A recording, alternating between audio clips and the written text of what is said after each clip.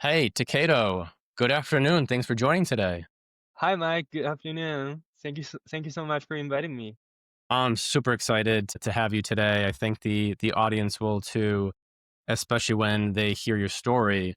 Though, where are you today? I think you're at school. Yeah, so I'm right now studying at University of Colorado Boulder, and I'm Latin, so I'm at Boulder right now. Very nice. I'll give some of the background before we jump into it. So you actually reached out to me on LinkedIn, I think a few weeks ago. Yeah, I think looking for well, I remember pretty clearly looking for some advice on the data industry and the sports background, just based on my day to day. And I said I'll try to help how I can, and in terms of my experience. And the more we were talking, I was like, I think I want to talk to you and have you on one of these data and sports episodes because your background and story is one amazing, and then two, just like the initiative you've taken in terms of reaching out and the work that you're doing, I think others should hear. So thank you for doing that because I think we're going to have Thanks. some fun today. So before we get into it, in terms of me asking about your background, I'll just share with the audience what is the ideal outcome for this episode, so they have an idea of what we're going to be talking about. And so in this case, from my perspective, is to inspire. So we're going to inspire both current students who have an interest in data science, and maybe even like young professionals or high school students who want to pursue a career in data science, as well as young athletes who might be interested in pursuing a professional career. And again, this will be based on your story, including experience you got getting to the national level in football, as it's called globally, or soccer in the US and Japan at age 16. So the various skills, interests, and passions you learned, well, skills you learned along the way, your interest, and then just your passion for sport in general and how it's applied to data science in your pursuit of your professional career. So with that, can you give us just some background in terms of like who you are? Yeah, sure. So my name is Taketo Horigome, and I was born in 2005 in Nagano Prefecture in Japan, which is like about 2 or 3 hours from Tokyo.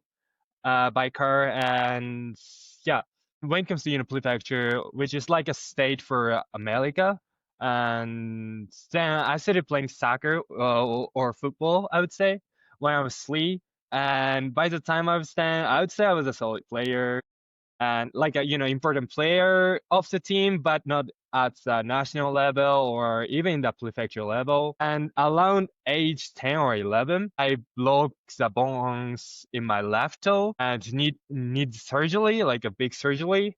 And so it was a complicated injury or the broken. So there was only one hospital that could handle the surgery. So I went to the Tokyo to get the surgery, and over there I met one person who is the same age of me and who is also playing soccer, but who has more clear vision for his future. And we talked a lot about how much we love soccer, and we find a lot of common.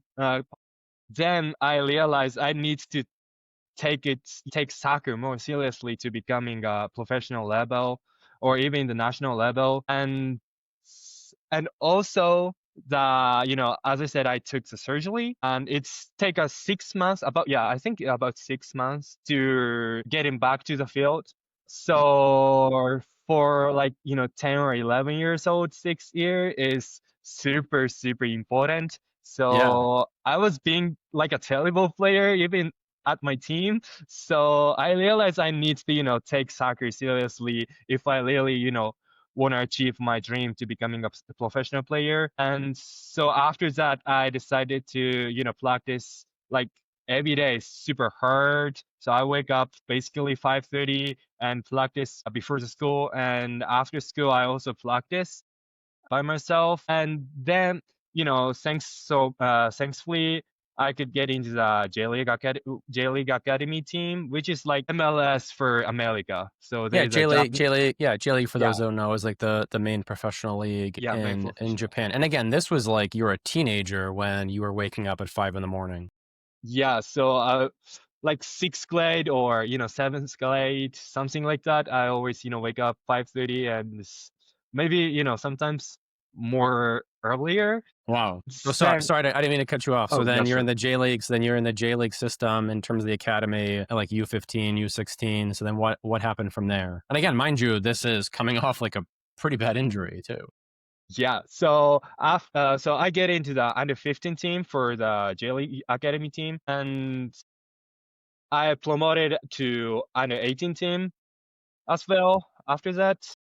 And also when I was 15, I think 15, I even got a chance to, train with a professional team. So I was in the academy team. So there is a top team which is playing in the J League team. So sometimes, if there are too many injury people, or too many absence people, or in the busy season, some academy player could join for the training. And when I was 15, I think for the first time, I could able to join the training for a professional team. And yeah, that was really great experience for me. But I realized I need to improve, not only for the ball control skills or the skills I can, practice by myself, but I need to, be smart in the pitch.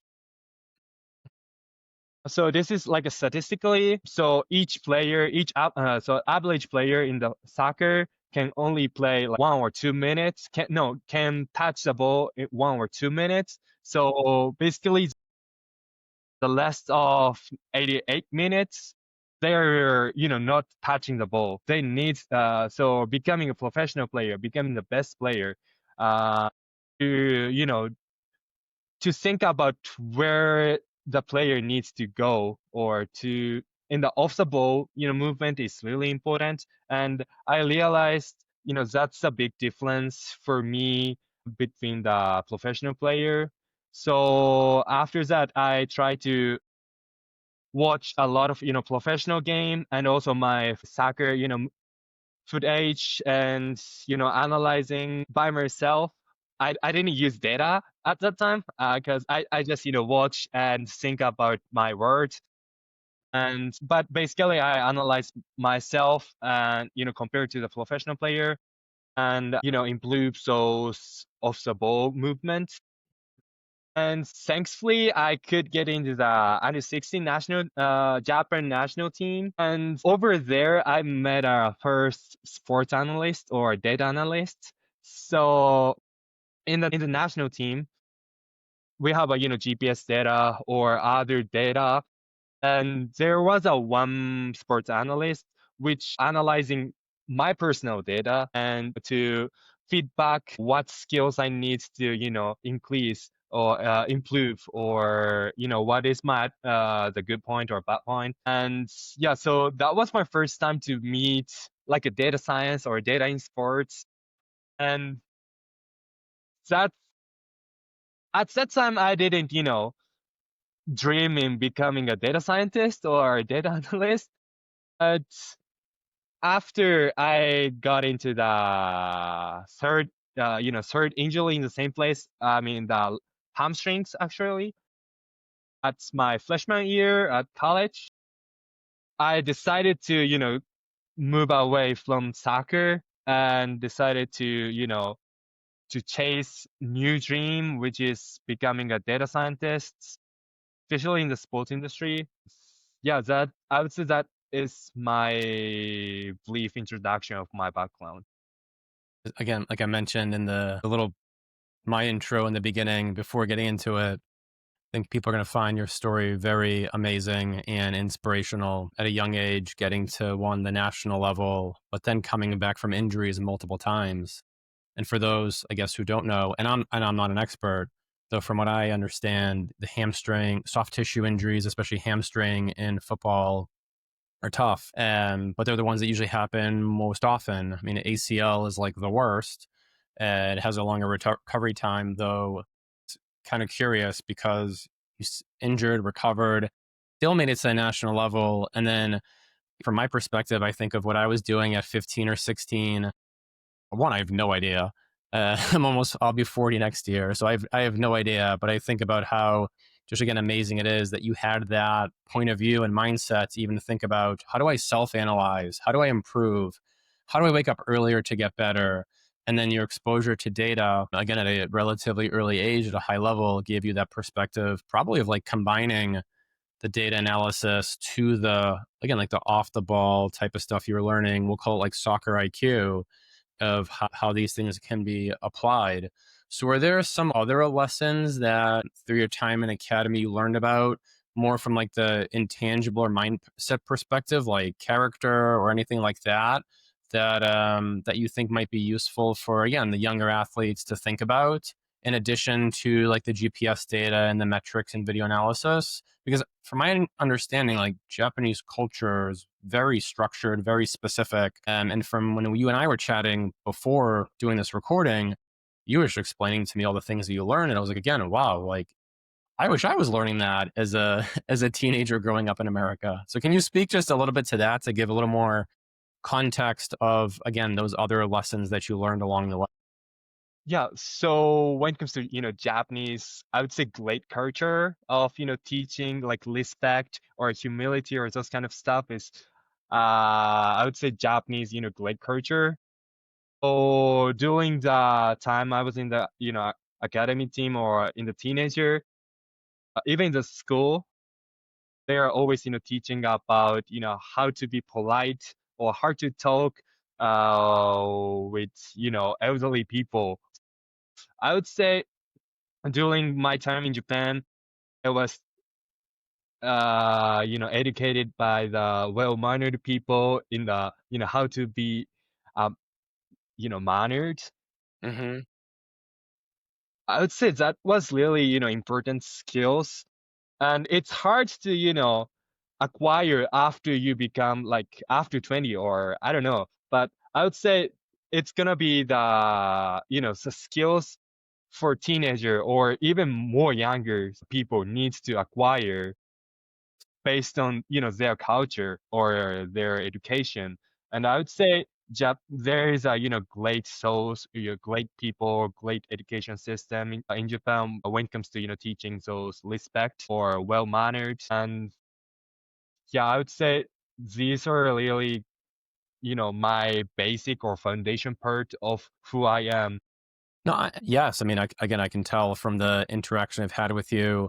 And then I mean, I can relate to that. I spent, again, when I think it was the first time we spoke, I mentioned like, oh, I went visited Japan in 2018 for about 10 days. And you asked me where I went and I named the touristy places. And you said, well, of course, the touristy places. But I thought my first time, let me see, the Tokyos, Hiroshimas, but also I went to Kobe just to have Kobe steak. So I was like, I need to try this. But the one thing that really stuck out with me being an American, even though I've spent time living in Europe, so a Polish American with experience in Europe is exactly what you're saying in terms of the level of culture, the culture of respect, right? And I always felt like I was being disrespectful, even though I was trying to be as respectful as I could be. And it's just something that's like super consistent with again with the culture. And another anecdote I can give that happened, I forget it was before or after, in terms, I may have the timing wrong, though I was at the 2018 World Cup in Volgograd where Poland played against Japan.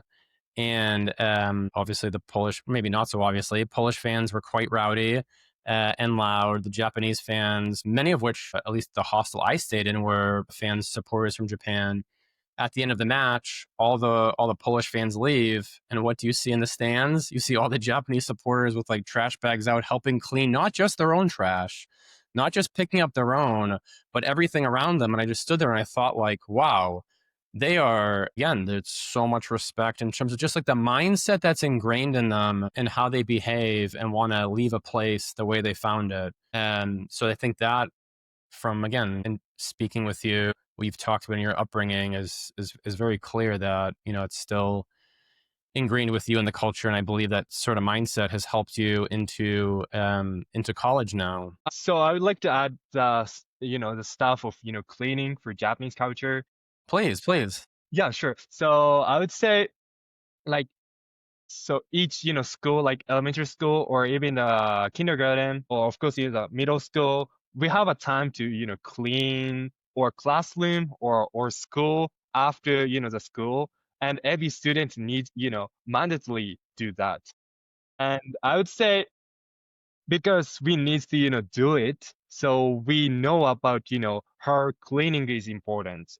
And, and every time I enter the classroom it's really clean. And I feel like, it's a way to show the appreciation for the person who built the school and for the person who teach, in the school. And I would say, cleaning is really important for Japanese culture, Japanese education system. And I think that's the reason, most of, Japanese supporter or fan always, take in, cleaning the stadium after the game. And I think, I would say that is really great Japanese, one side of culture. And it's definitely from our education system. Which is then, as you alluded to, within the J League system and academy system, that also is ingrained in their structure and developing not just world class Yes, football players, but also well rounded individuals, right? yes, yes, yes. So we have a like volunteer time for academy team. We always, cleaning our communities in the, I don't know, in the New Year's Day, I guess. We did a cleaning for community. So we just, clean for the town where we are practicing and always, appreciating or say thank you to the Right. neighbor because it's super, super loud. And we are always practicing in the nighttime, like 4 to 6 or 6 to 8 p.m. So, for the neighbors, it's super loud. So, we are always, say thank you to them about, kind of, being noisy, but, they're always supporting. So, respecting each other through cleaning and also, saying thank you is what I learned from their, yeah, academy team, I would say. I love that. I mean, I've learned some new things today in terms of where that's come from. And at the end of the day, I mean, anything that we do, it could be playing sports, it could be working. It's all about people and working with people. So I appreciate that background into, again, like your start in football and where the interest in data and data in sports started. Now, as you mentioned at the start, you're a rising junior. Can you elaborate on where did this interest from data science then really come from, and what gets you excited about the field? And then as a part of that, if depending on like the order of how you want to share it, just can you talk to some of the projects that you've worked on? So give us that kind of insight. You've transitioned, well, now 2 years in, but how are you applying this passion and skill set and experience into the fun world of data and data science? Yeah, sure. So my interest for data science, really grew when I met an, sports analyst at the Japanese national team when I was 16. And so he introduced me to how, data from GPS or the match footage are, could be used to analyze performance and improve our performance. And at that time, I've never, thought about, data science or those kind of stuff. So I would say, oh my God, this is like cutting edge stuff or technologies. And I was really, sparked or interested my curiosity about data. And also, he introduced me about, some basic data science or the statistic to easily understand what the data they can get inside. So I'm really appreciate him to, teach everything which is not directly related to the soccer, but he taught me a lot of, data science stuff for me. And after that, I started paying a lot more attention to GPS data because, at my team, like a J League Academy team or the top team, we have a GPS data. So I can, easily access my personal data. So after that, I really, paying attention of my GPS data and also the other, teammate data. And yeah, and then I injured and I decided to go to the University of Colorado Boulder to study data science. And yeah, it's cause, there are a lot of, there are great research project at the University of Colorado Boulder. That's why I decided to go over there and to see what I can do, which is, maybe not in the sport, but also in the, different field. But what I want to do is, especially in the sports field. And so I did a lot of, personal project And the last project I did is, predicting the Premier League, English Premier League standings for this season. So the And season that just started, yeah. who able to share who the model says is going to win? Yeah, sure. So based on my, modeling or the prediction, the Manchester City will finish as a champion and followed by Arsenal, Liverpool, and Chelsea. Yeah, so Man City, Arsenal, Liverpool, and Chelsea will be like Okay, a we'll top check. four. Cool. We'll check at the end of the season how the model does. And then, have you read the book? I have not read this yet, but I was speaking with someone about the book "How to Win the Premier League" by Ian Graham. Have you read Actually, this? actually, I've never read about that book, but I'm really interested in the book, so I definitely check as soon as possible. Nice. I bought it. It's somewhere here. I bought it. Also, That's cool. it's on my list. So you and I can compare notes, and then the listeners can send us their thoughts too. All right. Sorry, I didn't mean to interrupt. So you were speaking to how you've worked on again a lot of these personal projects. So these are things outside of class. And just a comment there is on the prior episode, we had Ben from Polish Puck who had used his passion for ice hockey and Polish ice hockey to create a content site on all things Polish hockey in English. And he had said that his advice for students and young professionals is just like, if you just have a passion for something, just do it, just get started, right? He's like, you never know what can happen. And so I see a lot of that in what you're saying is, of course, you have your coursework, but then you have this like personal project you've worked on to model out and predict this year's Premier League winner. So I think he would give you props and a thumbs up in terms of taking that advice that he had given, which you would not have heard in terms of that episode yet. But that I think that, from my perspective, wanted to reiterate for folks is like, it's possible to go do stuff, right? It's possible to get started, whether you're a teenager in an academy system, right? Asking an analyst, hey, can you talk me through this to understand the why and learn more, or you're a student. It's those practical experiences that really help us. So just again wanted to comment there and then tie that to the prior episode. But please continue. Are there any other projects that you wanted to highlight in terms of what you've worked on or have an interest in Colorado? So I also did for the women's basketball teams analyst in the last semester and in the last season. So what I did or what our team did is so basically analyzing the opponent's data for the like opponent basic data and analyzing what's their pros and cons, what their the good part and bad parts, and just communicating with coach and also the players and tells them about sharing them about basic knowledge about the opponent and what you should pay attention during the game. And I would say that was really interesting project because I've never like played basketball like in the Right. seriously. I just Yeah. playing for fun, but I did that project and it's related to sports. So basically most of players or even the coach don't know how to use data. So I was being the bridge to data science technical skills side and also the players or athletic side. And I was really enjoying being the bridge of the technical and athlete side. And I feel like that's the stuff I really want to do in the future, and that was really great project. It sounds cool. I mean, I can comment from my experience speaking with teams.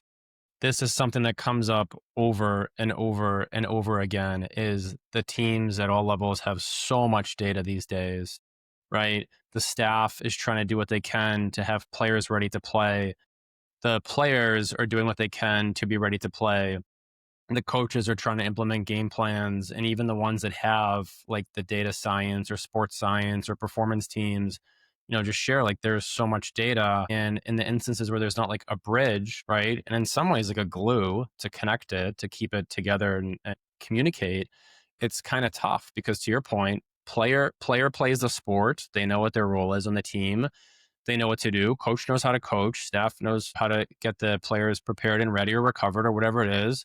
And there's that key element of how do you connect the dots and then translate in plain, in this case, English, but plain language of what is the key takeaway so that it doesn't necessarily go into the player's head and then they're overthinking, right? So I'm with you in that's a fun part. In my experience in like corporate, so like B2B, you have similar needs and roles of how do you communicate from the data team and product team to customers and sales, some way to translate it, like what's the value prop. But then the teams similarly. So that again from teams I've spoken with seems like I need, especially people who can ask the right questions, right? Like people will tell me I don't know what I don't know. So you have this data, and if I don't know what questions to ask or what's potential, you kind of get stuck. So that, from my perspective, is super practical experience. If I could give any advice for you and others, it's continue to do that and work on the aspects of communicating between the groups and being that bridge because it's super important. Yeah, because right now, there are so many data we can access, but only a few people know how to use data and how to, change the data to insightful action. Being the bridge is really important for data scientists or data analysts, and communicating with stakeholders or the person who don't know about data is really, like important stuff. And I think there are a lot of demand for those kind of, role or position. And I think we'll see more. I think we'll see more too as more teams just again sift through the analysis and understand, hey, what are the gaps? And again, from people I've spoken with, Yes, it's like, yes. hey, we need people that can help communicate. So thank you so much for that in terms of sharing Yeah, thank you so your much. experience leading into college. Now, before we get into behind the data, which is the super fun part, what are some predictions that you have on the future? Like, what gets you excited about data in sports? And is there anything that you do want to predict, like that might play out to the next 5 years or longer? So it's hard to predict, every sport, but I would just, focusing on the soccer side, the football side, and I would say in the long term, educating the player, like a young player, like a teenager athlete, about, how data using or how the individual can use or data or can see or can understand the data is really important. And, teaching them the basic data science skills or, the data skills is really important to, you know, educating them for becoming a best player in the And it helps empower them, right? It helps empower them to, in a way, do what you did and take this added insight or analysis to maybe adjust what they're doing, yes, maybe see definitely. a blind spot or a weakness. And as I talked about in the second episode with Jacob, who played tennis at Michigan, he shared that, in college, they had all this analysis in terms of like the way they played, where they got their points, strengths and weaknesses.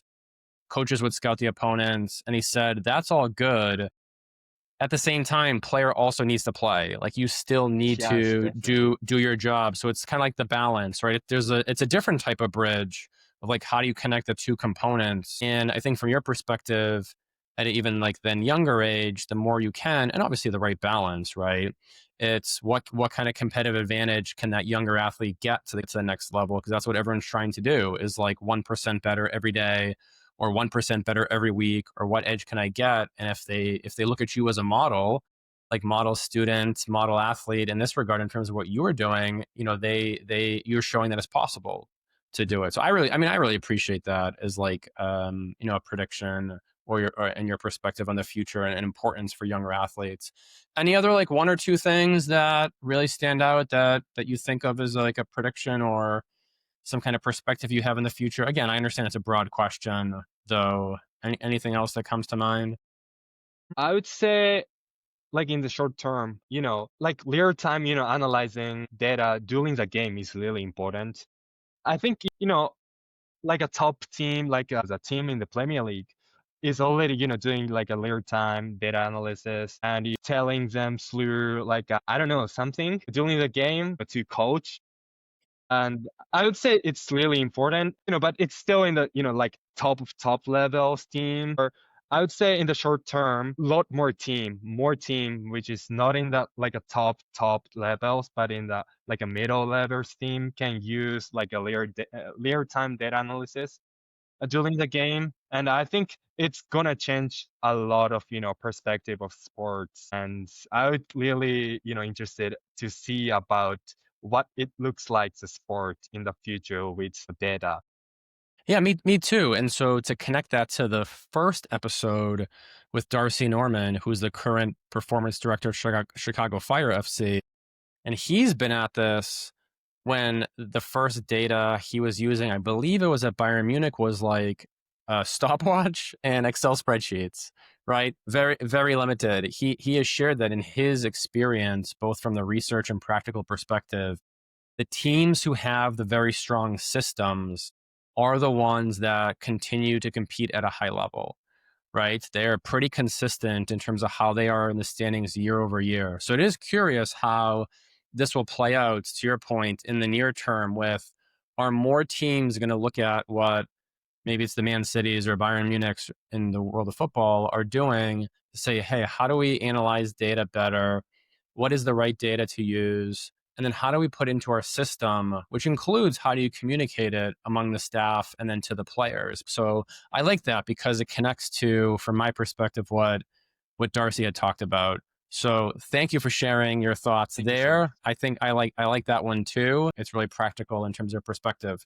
Okay, before we wrap, let's have some fun in going behind the data, where I'll ask you a couple questions, or I guess it's 4 questions to be specific, that we're asking all Okay. guests. Not sports related, not data related, because we started with you and your background. We want to finish about you so people can get a sense of who you are and they might have some common interests that you do too. So, is there a place or a location that is very close to your heart that just gives you a good feeling? It could be a place you're from, it could be where you are now, it could be anywhere you've been to, but I'm curious to get your take.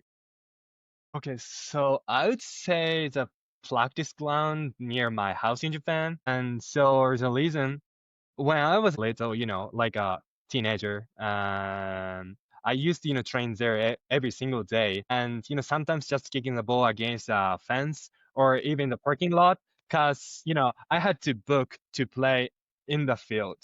So I was always, practicing around the field and there, like a parking lot. After like about 4 years, like when I was 13 or 14, the city actually built a wall inside and inside the ground. And the owner let me practice, allowed to me practice there whenever it was free. And I would say Wow. that field, basically seeing everything, my struggles, my tears, of course, and my progress. So I would say it's the closest, place from my heart. I love that. You're making me tear up actually. Thinking about it, that's very nice. Thank you for that. Is there a food that you have that's like a comfort food or a go-to for you? Maybe it's gonna be like a typical, Japanese people's answer, but I would say sushi is my Nice. favorite food. Yeah, also, ramen or any other Japanese food is, my comfort borrow food, I would say. Yeah, it's okay if it's typical Yeah, Japanese. I mean, this is a question about you, right? This is what you Takeda like. So yeah. and I've had sushi in Japan as well as ramen. I don't think you could beat it um, anywhere else. Last two, in terms of music, is there a song that gets you in a mood or pumps you up? It could be now in terms of like you studying, or it could be when you were playing, getting ready to play a match. Okay, so I actually don't have, any specific favorite artist or actually I don't listen that much music. Oh, okay, But I would say before every games or before every practice, I always go to, bathroom and just, put the head on and listen one music from my favorite artist, which is called Yellow Bucks. He's like a Japanese rapper. And okay. I always, listening to his music. And yeah, that music is always got me in the mood to get ready to, for the game or to play. Nice. I have not heard of Yellow Box, but I'm gonna check them out today and go when I go for a walk later and take a listen. Okay, last but not least, is there a book that you've read in the last year or a couple years that taught you a lesson and you want to share that with others in terms of the book? Okay, so during this summer, I read a lot of book, and one book that stuck with me was like, which is called Leadership Strategies and Tactics by Okay. Joko Willink. I'm reading his book Extreme Ownership right now, which I also Yeah, recommend. and it changed how I think about leadership because I was always a captain during my soccer age. So as for me, leadership is really, close, but what he's saying is, completely different what I was thinking of a leadership. So it changed, the way I'm thinking of a leadership. I would say, yeah, it was really great book, and I think everyone should lead a book to know about leadership or to, want to lead someone else. Yeah, I'm with you. And for those that don't know, Jocko was in the U.S. Navy SEALs, spent a lot of time in Iraq. The book that I'm reading, Ownership, I'll see if that was published after or before Leadership Strategies and Tactics, but that's one I recommend. And I agree. It's this one has changed my perspective on leadership in terms of things that I need to do better that I can't recommend enough. But anyways, Taketo, thank you so much for that. Thank you so much. Thank you so much for taking the time. This has been so much fun and looking forward to catching up with you soon. Yeah, thank you so much for taking time today. Have a good one. You too. Thanks. Thank you.